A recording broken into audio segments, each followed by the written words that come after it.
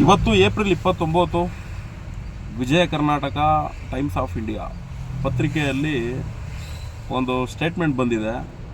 ಆ ಸ್ಟೇಟ್ಮೆಂಟ್ ಏನಪ್ಪ ಅಂದರೆ, ಜೂನ್ 15, ಇದು ಏಪ್ರಿಲು, ನೆಕ್ಸ್ಟ್ ತಿಂಗಳು ಮೇ, ಅದರ ನೆಕ್ಸ್ಟ್ ತಿಂಗಳು ಜೂನ್ 15, ಜೂನ್ 15ರವರೆಗೂ ಕೂಡ ಮತ್ತೆ ಹೇಗೆ ನಿಮ್ಮ ಒಂದು Ola, Uber, Rapido, bike taxi ಸೇವೆನ ಮುಂದುವರಿಸ್ಕೊಳ್ಳಿ ಅನ್ನೋ ರೀತಿಯಲ್ಲಿ ಇದೇ ನಮ್ಮ ಕರ್ನಾಟಕದ ಹೈಕೋರ್ಟು ಆದೇಶ ಕೊಟ್ಟಿರುವಂಥದ್ದು. ಇವತ್ತು ಏಪ್ರಿಲ್ 29, ಇವತ್ತು ಆ ರೀತಿಲಿ ಆದೇಶ ಕೊಟ್ಟಿದೆ. ನೀವೆಲ್ಲ ಅಂದ್ಕೊಳ್ಬೋದು, ಏನು ಸರ್ ಇದೇ ಏಪ್ರಿಲ್ 2ನೇ ತಾರೀಕಲ್ಲಿ 6 ವಾರಗಳ ಕಾಲಾವಕಾಶ ಕೊಟ್ಟಿದೆ, 6 ವಾರ ಆದಮೇಲೆ ಎಲ್ಲ ಬೈಕ್ ಟ್ಯಾಕ್ಸಿಗಳು ತಮ್ಮ ಸೇವೆಗಳನ್ನ ಸ್ಥಗಿತಗೊಳಿಸಬೇಕು ಅನ್ನೋ ರೀತಿಲಿ ಹೇಳಿದೆ, ಮತ್ತೆ ಏನಕ್ಕೆ ಜೂನ್ 15ವರೆಗೂ ಕೂಡ ಮುಂದೂಡಿಕೆ ಮಾಡ್ತು ಕೋರ್ಟು ಅನ್ನೋ ರೀತಿಯಲ್ಲಿ ನೀವು ಕೇಳ್ಬೋದು. ಕಾರಣ ಇಷ್ಟೇ, ಏನು ರಾಮಲಿಂಗಾರೆಡ್ಡಿ ಅವರು ಕಳೆದ 2 ದಿನದ ಹಿಂದೆ ಮಾಧ್ಯಮಗಳಿಗೆ ಒಂದು ಬೈಟ್ನ ಕೊಡ್ತಾರೆ.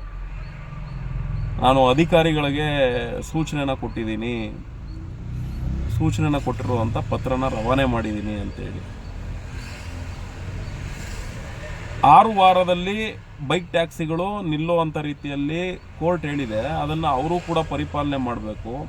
6 ವಾರದಲ್ಲಿ ಅವರು ಎಲ್ಲ ಬೈಕ್ ಟ್ಯಾಕ್ಸಿಗಳನ್ನ ಸ್ಥಗಿತಗೊಳಿಸಬೇಕು ಅನ್ನೋ ರೀತಿಯಲ್ಲಿ ಹೇಳ್ತಾ ಇರ್ತಾರೆ. ಆಗ ಮಾಧ್ಯಮ ಮಿತ್ರರು ಒಂದೆರಡು ಪ್ರಶ್ನೆ ಕೇಳ್ತಾರೆ.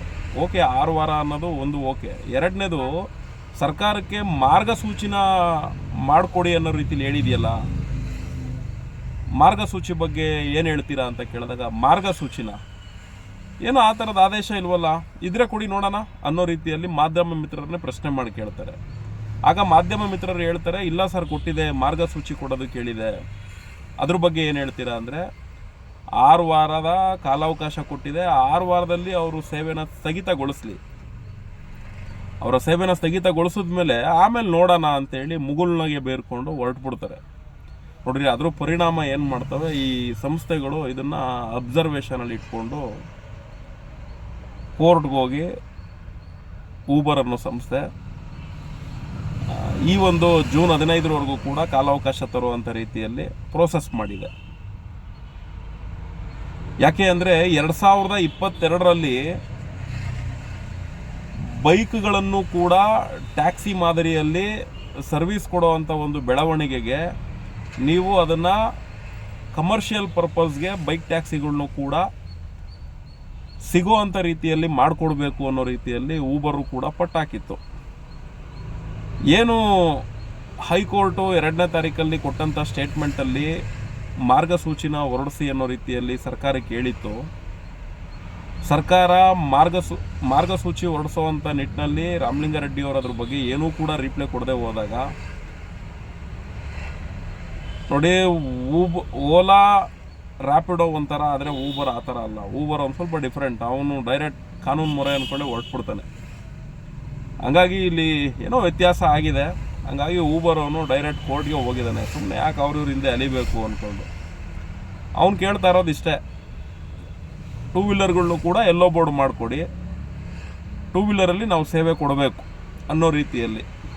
ಈಗ ರ್ಯಾಪಿಡೋ, ಊಬರು, ಓಲಾ ಎಲ್ಲವೂ ಕೂಡ 2 ವೀಲರ್ನ ಎಲ್ಲೋ ಬೋರ್ಡ್ ಪರ್ಪಲ್ಸ್ಗೆ ಮಾಡಿಕೊಡ್ಬೇಕು ಅನ್ನೋ ಒಂದು ನಿಟ್ಟಿನಲ್ಲಿ ಮುಂದುವರಿತಾ ಇದೆ.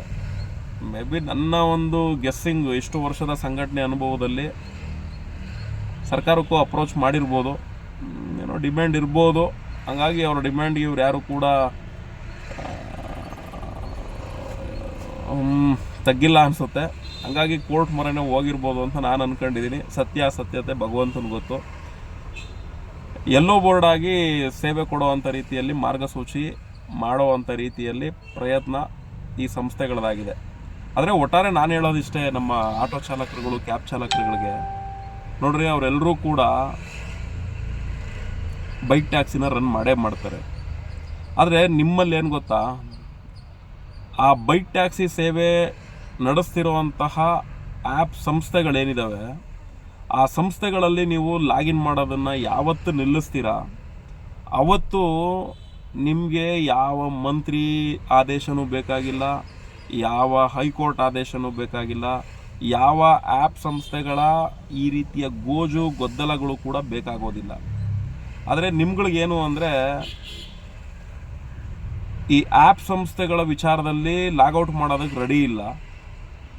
ಮೀಟ್ರ್ ವ್ಯವಸ್ಥೆನ ಸೃಷ್ಟಿ ಮಾಡಿದ್ದೀವಿ, ಅಂಥ ಮೀಟ್ರ್ ವ್ಯವಸ್ಥೆಗಳಿಗೆ ನೀವುಗಳು ಬಂದು ಕೈ ಜೋಡಿಸೋದಿಲ್ಲ. ಹೀಗಾಗಿ ಅವ್ರುಗಳು ಇನ್ನೆಲ್ಲಿ ಹೋಗ್ತಾರೆ, ಇವರು ನಮ್ಮ ಹತ್ರನೇ ಬರಬೇಕು ಅನ್ನೋ ರೀತಿಯಲ್ಲಿ ನಿಮ್ಮನ್ನೆಲ್ಲರೂ ಕೂಡ ಆ ರೀತಿಲಿ ತಿಳ್ಕೊಂಬಿಟ್ಟಿದ್ದಾರೆ. ನೀವು ಅದ್ರ ತಕ್ಕನಂಗೆ ಇದ್ದೀರಾ.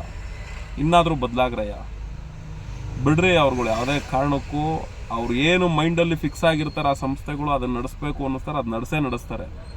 ಅದರಲ್ಲಿ ನೀವೇನು ಮಾಡಬೇಕಾಗಿದೆ, ನೀವು ಅಂಥ ಆ್ಯಪ್ ಸಂಸ್ಥೆಗಳನ್ನ ಧಿಕ್ಕರಿಸುವಂಥ ರೀತಿಯಲ್ಲಿ ನೀವೇನು ಕೆಲಸ ಕೊಡಬೇಕು ಆ ಕೆಲಸನ ಮೀಟ್ರ್ ವ್ಯವಸ್ಥೆ ಮುಖಾಂತರ ಮಾಡೋ ಅಂಥ ಕೆಲಸಕ್ಕೆ ನೀವು ಮುಂದಾಗಬೇಕು.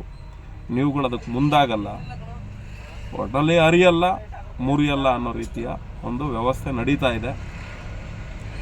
ಮೊನ್ನೆ ಕೊಟ್ಟಂತಹ ರಾಮಲಿಂಗಾರೆಡ್ಡಿ ಅವರ ಸ್ಟೇಟ್ಮೆಂಟಿಂದ ಮತ್ತೆ ಈ ಒಂದು ಬೆಳವಣಿಗೆ ಆಗಿದೆ. ಯಾಕೆಂದರೆ ಮೇ 15ಕ್ಕೋ 16ಕ್ಕೋ ನಿಂತೋಗ್ಬೇಕಾಗಿತ್ತು. 6 ವಾರ ಅಂದರೆ ಅದೇ ಡೇಟೆ. ಮತ್ತೆ ಜೂನ್ 15ಕ್ಕೆ ಹೋಗಿದೆ. ಅಲ್ಲಿಗೆ ಅರ್ಥ ಮಾಡ್ಕೊಳ್ಳಿ, ಇಲ್ಲಿ ಕ್ಯಾಬ್ ಡ್ರೈವರ್ಸ್ಗಳು, ಆಟೋ ಡ್ರೈವರ್ಸ್ಗಳು ಆ ಸಂಸ್ಥೆಗಳನ್ನ ಬುದ್ಧಿ ಕಲಿಸ್ಬೇಕು ಅಂದರೆ ಮೀಟ್ರ್ ಹಾಕ್ಕೊಳ್ಳಿ. ಮೀಟ್ರದೇ ಆದ ಒಂದು ವ್ಯವಸ್ಥೆನ ರೂಪಿಸಿದ್ದೀವಿ, ಅದಕ್ಕೆ ಎಲ್ಲರೂ ಕೂಡ ಬನ್ನಿ. ಆ ಸಂಸ್ಥೆಗಳಿಗೆ ಯಾವ ರೀತಿಯಲ್ಲಿ ಬುದ್ಧಿ ಕಲಿಸ್ಬೇಕು ಆ ಬುದ್ಧಿ ಕಲಿಸುವಂಥ ನಿಟ್ಟಿನಲ್ಲಿ ಈಗಲಾದರೂ ನೀವು ಹೋರಾಟಕ್ಕೆ ಬನ್ನಿ ಅಂತ ನಾನು ಕರೆಯಲ್ಲ. ಮಿನಿಸ್ಟ್ರು ಮನೆ ಮುಂದೆ ಹೋಗ್ಬೇಕು ಬನ್ನಿ ಅಂತ ಕರೆಯಲ್ಲ. ಅಧಿಕಾರಿಗಳ ಹತ್ರ ಹೋಗಿ ಹೋರಾಟ ಮಾಡ್ಬೇಕು ಬನ್ನಿ ಅಂತ ಖಂಡಿತ ಕರೆಯಲ್ಲ. ಮೀಟ್ರ್ ವ್ಯವಸ್ಥೆ ಇದೆ, ಅದರದೇ ಆದ ಒಂದು ಆ್ಯಪ್ ಇದೆ, ಎಲ್ಲರೂ ಬಂದು ಕೈ ಜೋಡಿಸಿ ಇದ್ರ ಮುಖಾಂತರ ಇವ್ರುಗಳಿಗೆ ಟಕ್ಕರ್ ಕೊಡೋಣ. ಇದು ಬಿಟ್ಟರೆ ನಿಮಗೆ ಬೇರೆ ಆಪ್ಷನ್ನೇ ಇಲ್ಲ. ನೀವು ಇದನ್ನು ಕೂಡ ಕಳ್ಕೊಂಡ್ರಿ ಅಂದರೆ ಮುಂದೆ ಇವ್ರುಗಳ ಅಂಡರಲ್ಲಿ ಬಿದ್ದು ಸಾಯುವಂಥ ಪರಿಸ್ಥಿತಿಗಳು ಬರ್ತದೆ. ಇದು ನಾನು ತಿಳಿಸ್ತಾ ಇರುವಂಥ ವಿಚಾರ. ಅರ್ಥ ಮಾಡ್ಕೊಳ್ಬೇಕಷ್ಟೇ ಕ್ಯಾಬ್ ಡ್ರೈವರ್ಸ್ಗಳು, ಆಟೋ ಡ್ರೈವರ್ಸ್ಗಳು.